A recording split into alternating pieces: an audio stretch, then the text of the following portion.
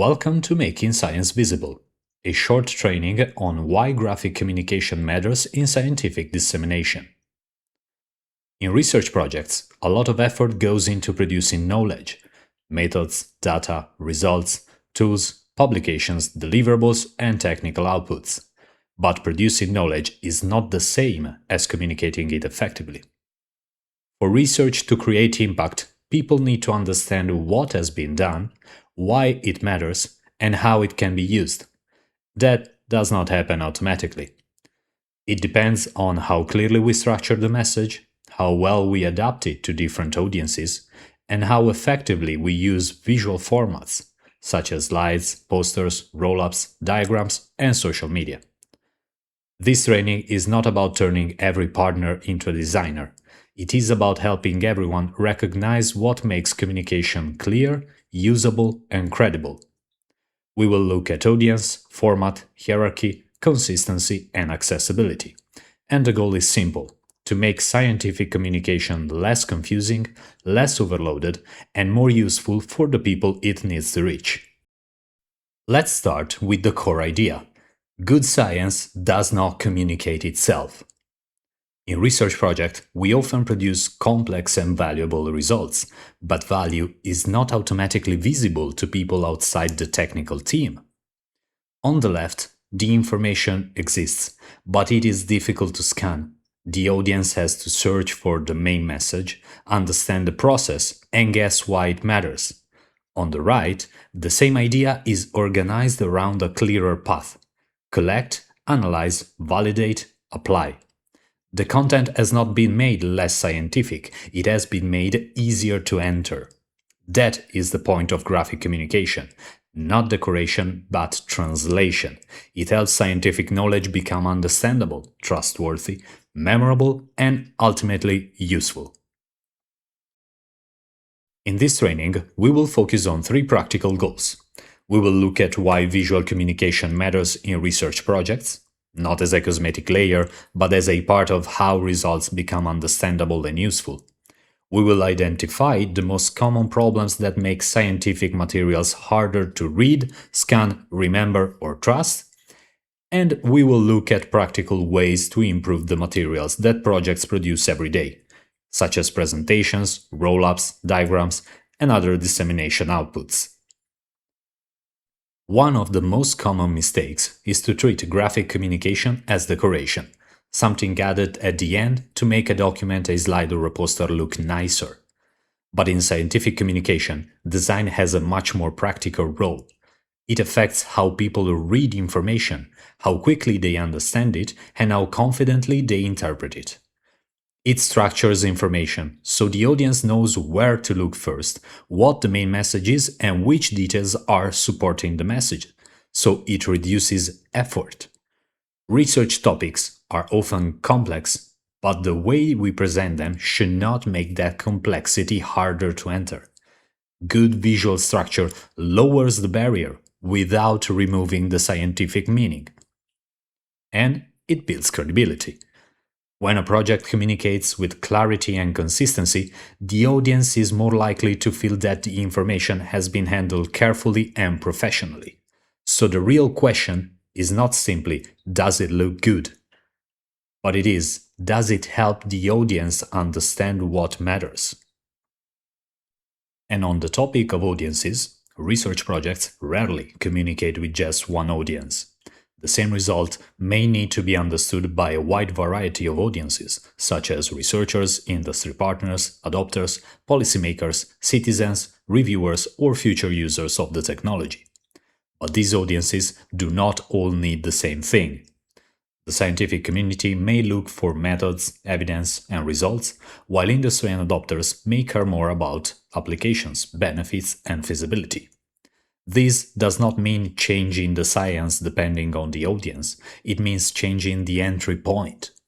A technical report, a conference presentation, a social media post, and a roll-up can all refer to the same result, but they should not explain it in the same way. Good graphic communication helps adapt the structure, language, and level of detail so that each audience can understand what matters to them. So, As we've already established, visual communication is not only about making content look better, it is also about making sure the content fits the format, and every format has its limits.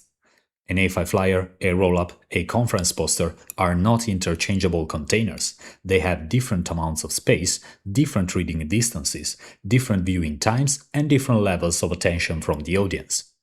For example, if the objective is to create an A5 flyer, but the starting content is a 4-page Word document, the problem is already structural.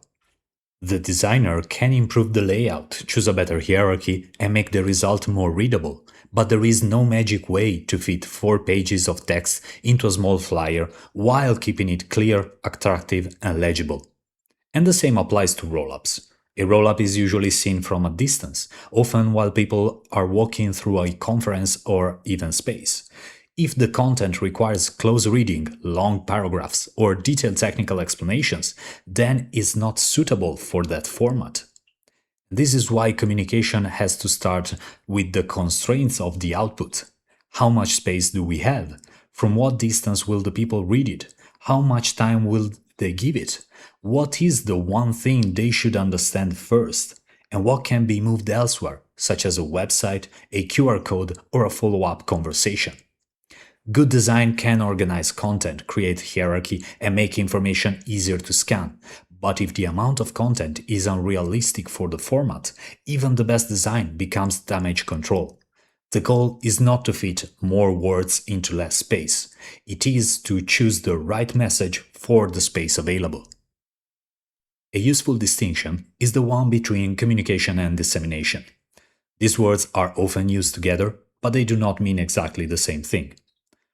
While communication is usually about visibility, awareness, and public understanding, as it helps people know that the project exists, understand what it is about, and recognize why it may be relevant, dissemination is more focused on sharing results with people who can actually use them. So we're talking about researchers, industry, stakeholders, policymakers, and other specialized audiences. This distinction matters because the design choices should follow the objective.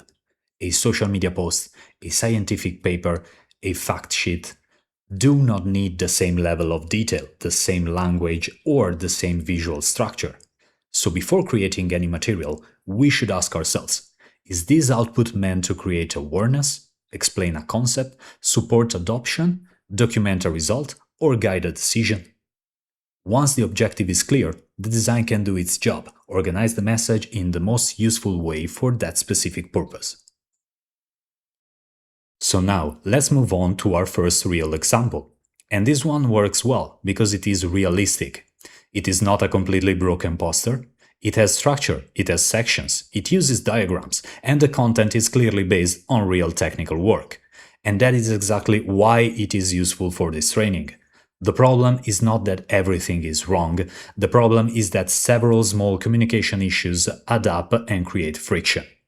There is some hierarchy, but not enough. The poster is divided into sections, so the reader is not completely lost, but too many elements still compete for attention. The long title, the demo cases, the diagrams, the bullet lists, the scenario section, the consortium map, the QR code and the logos. The viewer has to decide what matters most, instead of being guided clearly. The diagrams are useful, but their clarity is uneven. Some help explain the technical concept. Others are harder to understand unless the viewer already knows the topic. That does not make them useless, but it means they work better as supporting material for a technical conversation than as immediate communication tools. There is also too much correct information. This is an important point. The issue is not accuracy. The issue is that the poster tries to include almost everything: objective, demos, technical details, and so on. When too much correct information is placed in one format, the result can still become difficult to use. It is readable up close, but weaker from a distance. Since this is an A0 poster, people who stop in front of it can read much of the content. But at an event, the poster also needs to attract people who are walking past. From a distance, it is harder to understand the main message quickly. And finally, there is no single takeaway. After looking at the poster, the viewer sees many details, but may not remember one clear message. Is the main point about 6G hardware, the demo cases, integrated sensing and communications, or something completely different? All of these may matter, but the communication does not clearly prioritize one central idea. So the lesson here is not this poster is bad.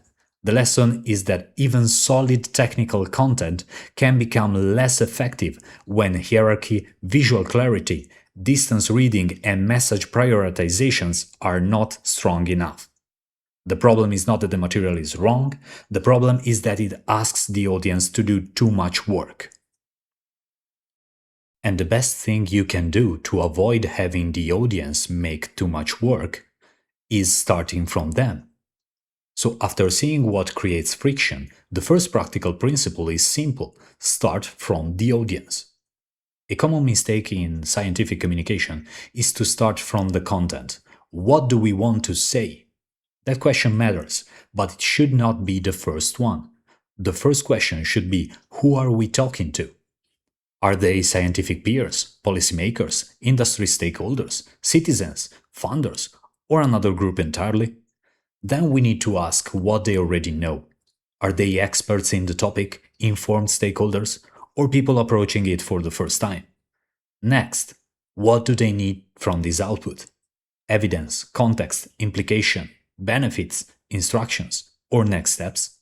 And finally, what should they do after seeing it?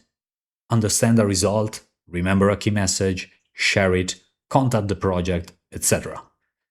These questions define the entry point. Starting from the audience does not mean changing the scientific result. It means choosing the right way into that result. Because if the entry point is wrong, even accurate information can feel irrelevant, too technical, or simply too difficult to use. And this is a clear example of how the same message can be delivered to different audiences. Here the topic, the event, and the visual identity are exactly the same, but what changes is the audience condition. On the left, the flyer is aimed at a broader, unfiltered audience. Many people who see it may not know the project, may not know the event, and may not yet care. So the design has to earn attention quickly. It needs a strong visual, a clear headline, essential practical information, and a direct reason to act. On the right, the booklet is given to people who are already attending the event.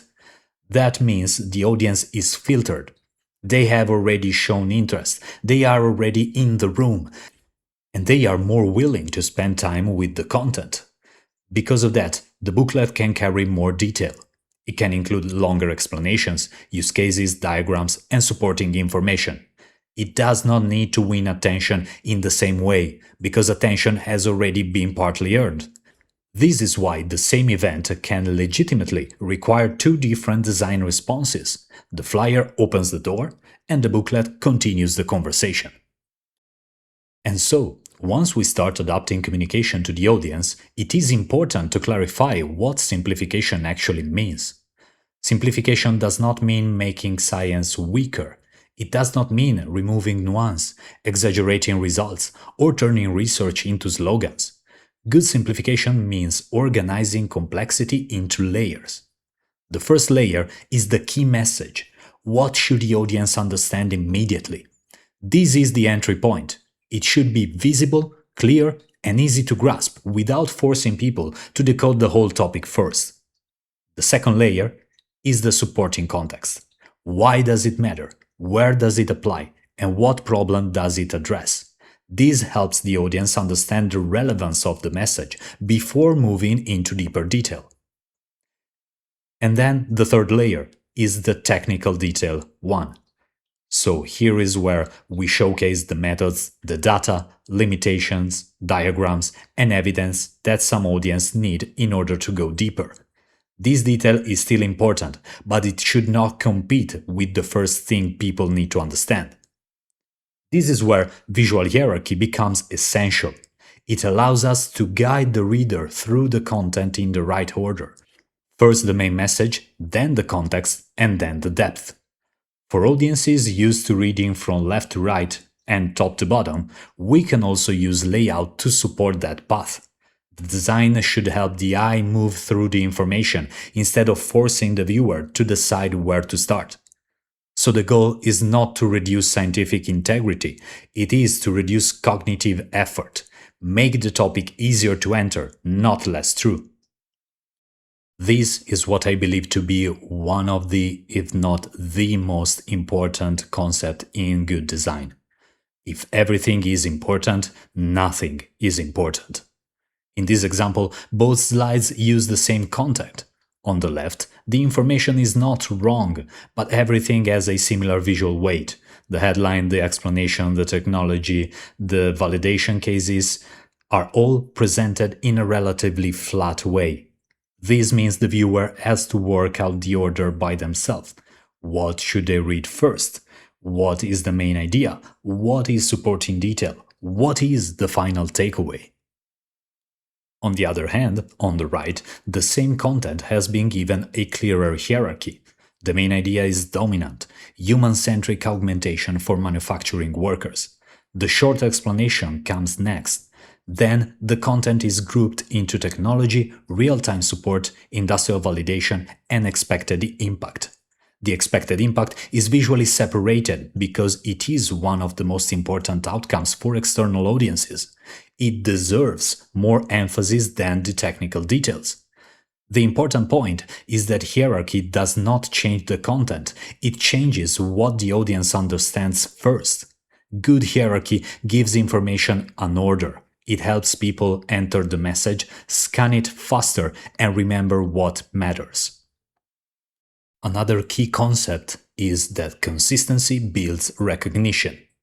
On the left, we see an imaginary rendition of a fragmented identity. The outputs all refer to the same project, and they even share the same project name, but they do not feel like they belong to the same communication system. The flyer, trifold, and roll-up use different visual styles, different graphic elements, different typography choices, and different dominant colors. Each single output may still look designed, but together they feel disconnected. This is a common problem in research projects, especially when different partners or suppliers create materials independently over time. On the right, the situation is different. The outputs are not identical. The flyer, the 4-page brochure, and the roll-up have different formats, different layouts, and different functions, but they clearly share the same visual language. The colors, the logo treatment, typography, background style, and graphic elements are consistent enough for the audience to recognize them as part of one project. That is the key point. Consistency does not mean making every material look exactly the same. Different products should not have the same layout, because they serve different purposes, but they should feel related. They should look like different members of the same family. This matters because research projects communicate across many channels and over long periods of time. If the visual identity changes every time, the audience has to restart from zero. But if the identity is consistent on the other end, every output reinforces the previous one. Consistency turns separate materials into a recognizable communication system. A diagram should make a point. And this is very important for scientific communication, because we often have many diagrams per each project. This comparison shows this very common issue. On the left, we have a technical figure. It may be accurate and it may contain many of the relevant elements, but it is difficult to understand quickly. There are several components, many labels, different visual layers, arrows, wireless signals, infrastructure elements, and so on. All of them are competing for attention. For a specialist audience or inside a technical document, this kind of figure may still be useful, but for a broader dissemination, it asks the viewer to do a lot of decoding before they understand the system. On the right, the same concept has been redrawn as a communication diagram. The visual language is more consistent, the background noise has been removed, the components are more clearly separated, and the relationships between the elements are easier to follow. The second version is not necessarily more complete, it is more communicative. This is an important distinction. In scientific communication, we should not simply paste technical figures into slides, posters, or fact sheets and assume they will work. Sometimes the figure needs to be redesigned so that the logic of the system becomes visible. The goal is not only to show the system, it is to make the system understandable. Accessibility is often treated as a formal requirement, but it is also a communication principle. Accessible design works better for everyone, not only for people with permanent visual impairments. And this slide shows a perfect example of what I'm saying. We have three practical aspects of accessible design clearly visible here. The first one is contrast. The product uses strong contrast between text, background, and key information blocks. This matters because contrast is what allows the viewer to separate information quickly, especially in imperfect viewing conditions. The second one is font size. This is an A5 product, so the available space is limited. The design cannot rely on tiny text or excessive details. The information has to be prioritized, grouped, and set at a size that remains readable. And the third one, probably the most important one, is the use of color. On the left, color helps create emphasis and recognition, but on the right, when color is removed, the product still works. The structure remains clear, the hierarchy is still readable, and the main areas are still distinguishable. That is the key accessibility lesson. Color should support meaning, not be the only way meaning is communicated. More broadly, accessible design is not a separate layer added at the end. It is part of how we make scientific communication easier to read, understand, and use. And the key takeaway here is simple: reduce barriers so more people can access the message. At this point, it is useful to look at the most common problems that appear before design even starts. Most weak communication outputs are not weak because partners are careless, they are because the input is not ready for communication. Too much text is one of the biggest issues. A paragraph copied from a report or a deliverable is rarely ready to become a slide, a flyer, or a roll-up. Another issue is a lack of priority. If everything is presented as equally important, the designer has to guess what should become the main message. The format can also be wrong. A poster, a slide, and a roll-up cannot carry the same level of detail. The content has to be adapted to the space, viewing distance, and attention level. Then there is insider language. Acronyms, methodology terms, and project jargon may be clear inside the consortium, but not outside of it. Weak visual material creates another limit. Low-resolution images, screenshots, cluttered figures, or technical diagrams that are accurate but not ready for communication. And finally, many outputs lack a clear next step. The audience needs to know whether they should visit a website, scan a QR code, read a report, or simply remember one key idea. So the lesson is very simple. Better inputs create better outputs. Graphic communication works best when the content has already been prioritized, adapted, and clarified. On the other hand, the positive side of the previous slide is that partners do not need to become designers to improve project communication, but they do need to provide better input. A good brief starts by defining the audience. Who needs to understand this output? Are we speaking to technical partners, policymakers, or potential users? Then we need to choose the main message. What should the audience understand or remember first? If the designer receives 10 equally important points, the hierarchy will be weak from the start. Then, the format also matters. A roll-up, a slide, and a fact sheet cannot carry the same amount of detail. Good input respects the space, reading distance, and viewing time of the final output. Partners should also provide usable assets, such as high-resolution images, editable diagrams when possible, clean data, and correct logos. The next step should be clear as well. Should the audience scan a QR code? read a report, visit a website, contact the team, or simply remember the main result? Finally, separate priority from detail. Some information must be visible immediately, while other information may still be useful, but it can remain secondary or move to another format. A good brief is not more information, it is clearer information. So, to sum it all up, here is a practical way to improve communication by using a simple 5-question list before sending content. First one, who is this for? The audience defines the level of detail, the language, the visual style, and the entry point. Then, what is the main message? Not the full list of everything the project has done, but the one thing the audience should understand first. Then, what format is this? A slide, a flyer, a roll-up all have different limits. The format defines how much information can realistically be shown. Then, what assets are available? Good communication needs usable material, high-resolution images, editable diagrams, correct logos, and clean data. And finally, what should happen next? The audience should not be left guessing.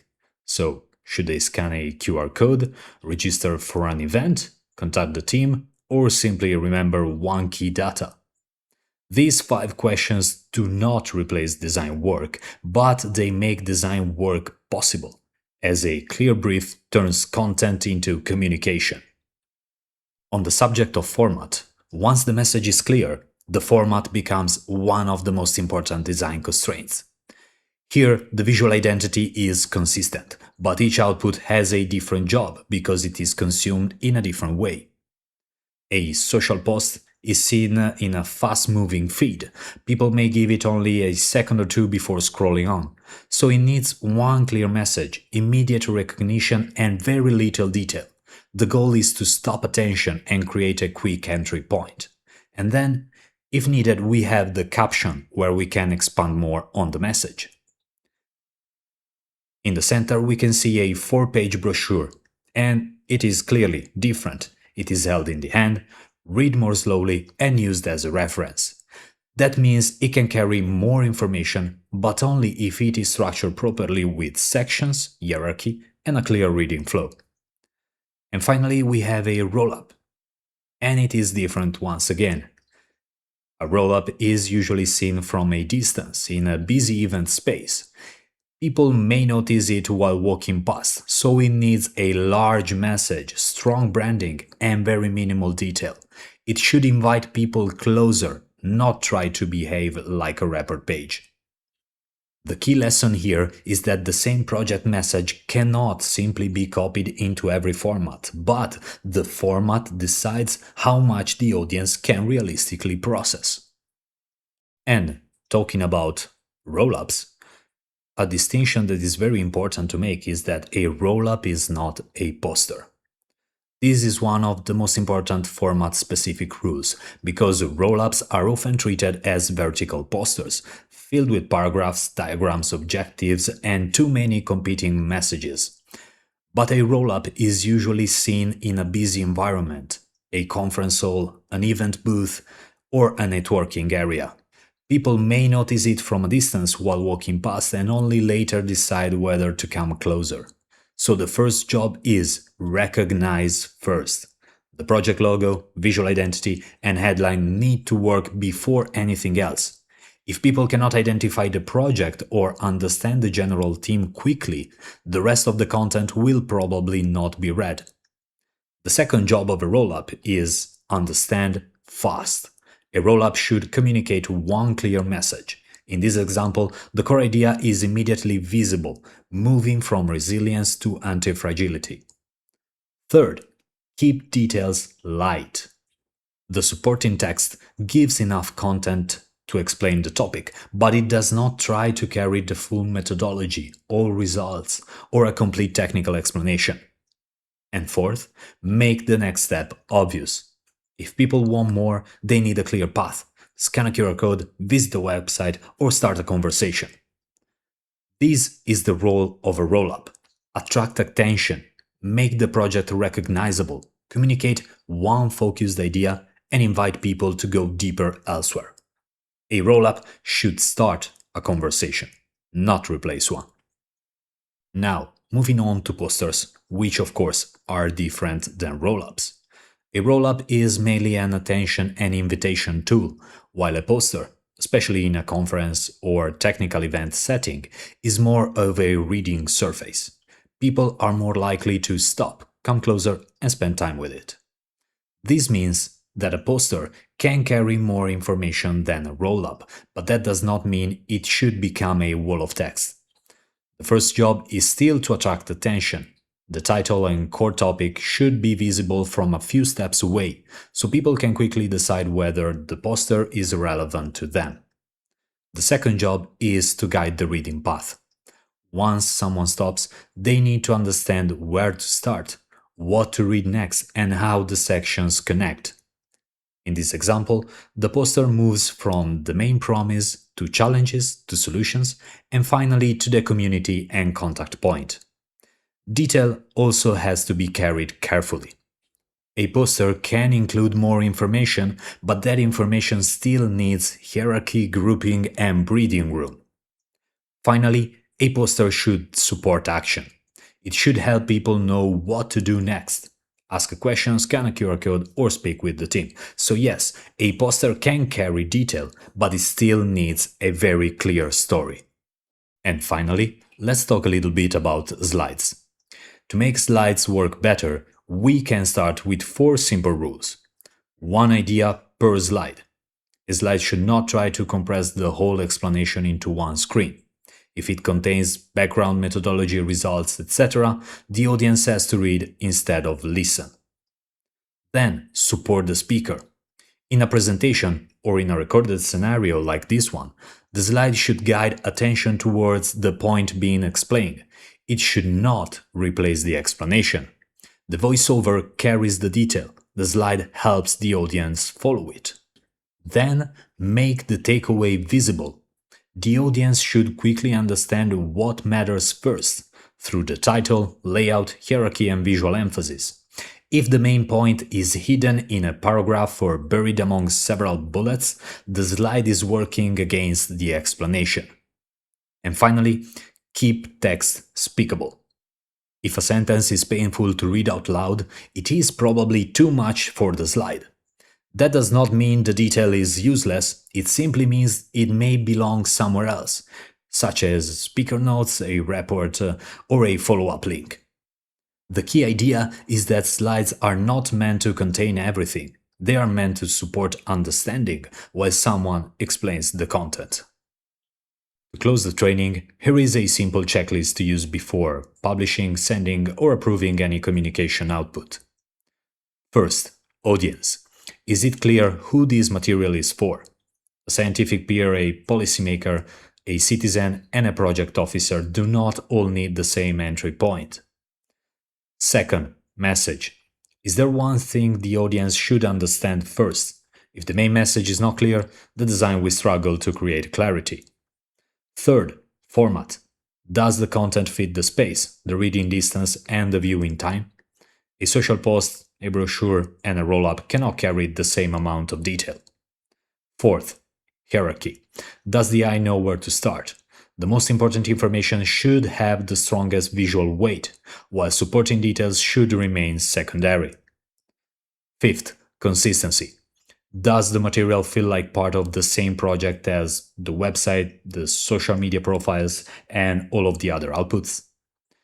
And finally, accessibility. Can people read it, scan it, and understand it easily, even in imperfect conditions?